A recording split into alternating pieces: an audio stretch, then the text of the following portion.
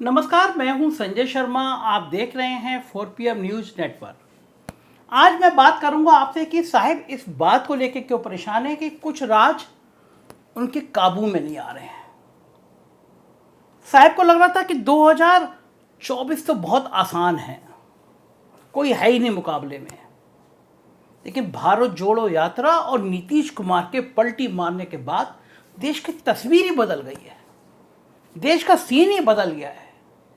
और ये बदला हुआ सीन साहिब के लिए परेशानी का सबब बन गया है।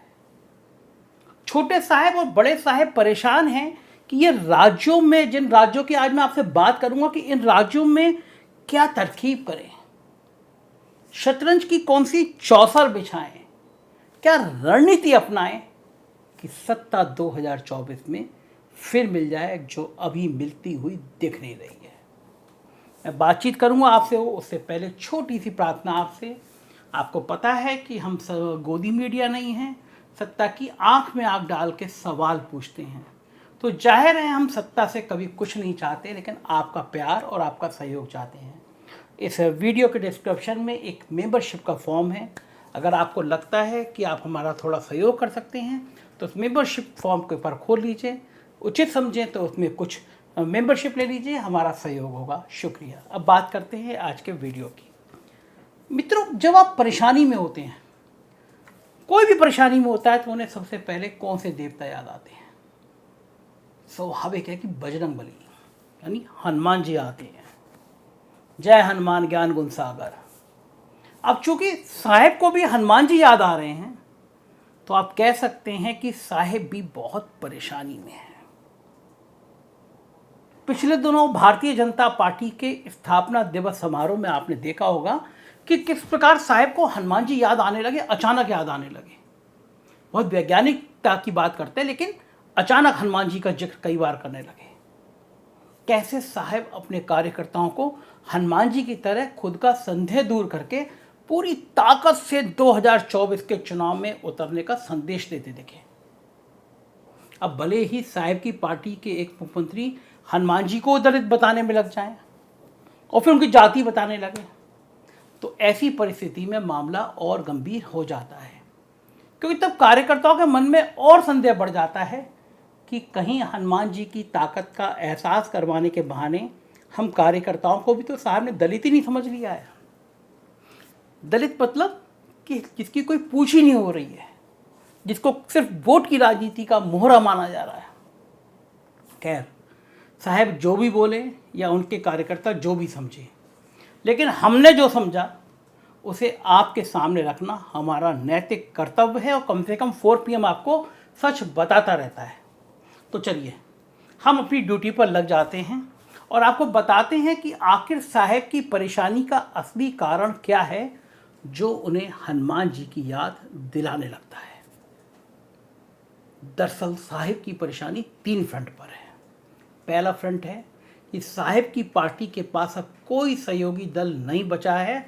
सबको पता है कि साहिब की जो चालें होती हैं वो उनको ख़त्म कर देती हैं। ना तो अकाली दल है और ना ही बाल ठाकरे की विरासत है। जयललिता की पार्टी बिखर चुकी है, तो नीतीश बाबू जाति जनगणना के सहारे संघ और भाजपा के चुनावी हिंदुत्व की जड़ में ही मट्ठा डालने पर आमादा है। दूसरा बिंदु, समाज का अलग अलग तबका अपनी समस्याओं को लेकर अलग से खेमेबंदी कर रहा है। किसान अपनी MSP गारंटी की मांग को लेकर अड़े गए हैं, तो नौजवान अपने रोजगार के मुद्दे के साथ खड़े हैं। याद रखिए, इन नौजवानों को 4 साल वाला रोजगार, अग्निवीर टाइप का, और उसके बाद कैलाश विजयवर्गीय के शब्दों में भाजपा मुख्यालय में गार्ड की नौकरी नहीं चाहिए, बल्कि उन्हें परमानेंट रोजगार चाहिए। महंगाई और आरक्षण नियमों का पालन न होने का मामला साहब को अलग से परेशान कर रहा है। तीसरा बिंदु, सबसे बड़ा मामला राज्य भारतीय जनता पार्टी के हाथ से फिसलते जाने का है। कहीं सत्ता फिसल रही है तो कहीं जनाधार फिसल रहा है, तो कहीं सत्ता और जनाधार दोनों फिसलता जा रहा है। आज हम इन्हीं राज्यों की बात कर रहे हैं कि आखिर राज्य के फिसलने से साहिब क्यों इतना परेशान है। एक एक करके बात करते हैं। सबसे पहले कर्नाटक की बात करते हैं। एक ऐसा राज जहां पे भारतीय जनता पार्टी ने झोली भर के सीटें जीती थी। पिछले 4 लोकसभा चुनाव में लगातार भाजपा के साथ खड़ा रहा कर्नाटक इस बार दूसरी राह पर चलता हुआ दिखाई दे रहा है। वहां कांग्रेस के पक्ष में आंधी चलने की खबरें आ रही हैं। कई लोग तो भारतीय जनता पार्टी का टिकट तक ठुकरा रहे हैं और कुछ राजनीतिक विशेषज्ञ तो ये भी मान रहे हैं कि 1994 के बाद पहली बार कर्नाटक में इतना जबरदस्त सत्ता विरोधी रुझान दिखाई दे रहा है। अब ऐसे में 28 में से 25 लोकसभा सीटों पर कब्जा जमाने वाली भाजपा का चिंतित होना स्वाभाविक है, क्योंकि उसको बड़े सपने थे कि हम दक्षिण से बहुत सारी सीटें ले आएंगे। पूर्वी भारत से जितनी सीटें हारेंगे, उत्तरी भारत से जितनी हारेंगे, सब दक्षिण पूरा कर देगा। लेकिन कर्नाटक ने सारा मामला बिगाड़ दिया। दूसरा राज्य छत्तीसगढ़ और मध्य प्रदेश। आप सोच सकते हैं इन दोनों राज्यों की 40 में से 37, 40 में से 37 सीटें भाजपा के पास हैं। मगर अब भाजपा छत्तीसगढ़ में कहीं दिखाई नहीं दे रही है। बघेल साहब ने भाजपा को पैक कर दिया है और मध्य प्रदेश में एंटी इनकम्बेंसी फैक्टर का सामना कर रही है, भयंकर कर रही है। सिंधिया साहब का जादू चल नहीं पा रहा। स्वाभाविक है कि अब वहां मामा मुख्यमंत्री बहुत बड़ा रोल प्ले करने की स्थिति में दिख नहीं रहे हैं। जबकि छत्तीसगढ़ में तो भूपेश बघेल की स्थिति वैसी हो रही है जैसे एक जमाने में पश्चिम बंगाल में ज्योति बसु की हो गई थी। बिहार से उठी जाति जनगणना की लपटें भी इन दोनों जगह पर पहुंच चुकी हैं। अब ऐसे में साहब की अपील कितना कारगर होगी, इस पर अब साहब को भी भरोसा बचा नहीं है।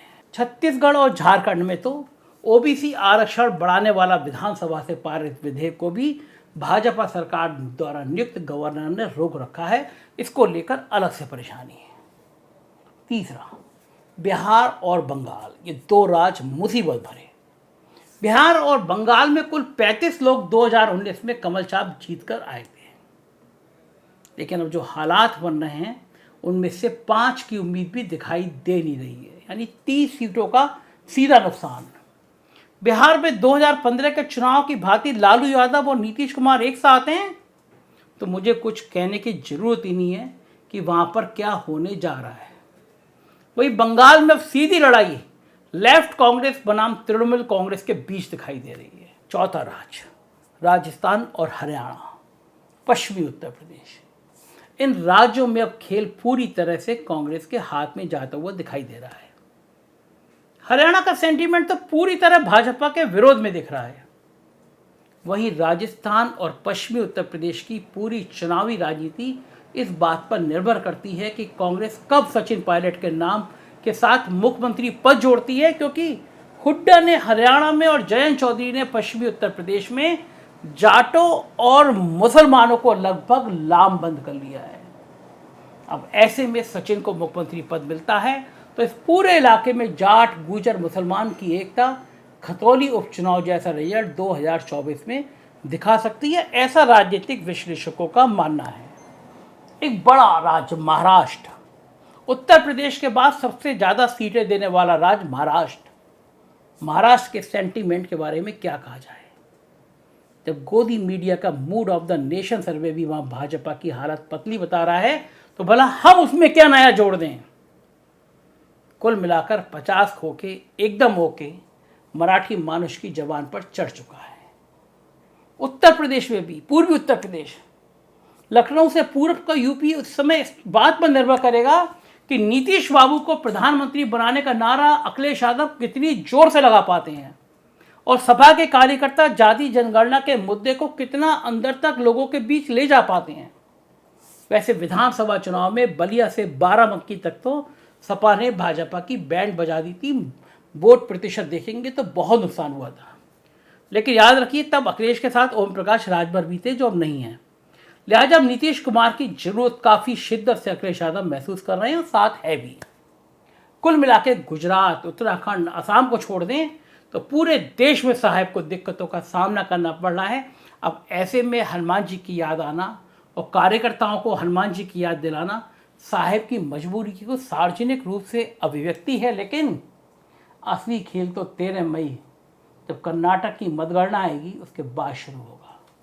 राजनीतिक इन चालों को देखना हो तो 4PM देखते रहिए। ये वो चैनल है जो आपके साथ खड़ा होगा। गोदी मीडिया नहीं है तो डंके की चोट पर अपनी बात कहेंगे। कुछ और राज्यों में हमारे चैनल हैं, 4PM UP, 4PM Bihar, 4PM Karnataka, 4PM Gujarat, इन्हें भी सब्सक्राइब करिएगा। शुक्रिया, थैंक यू।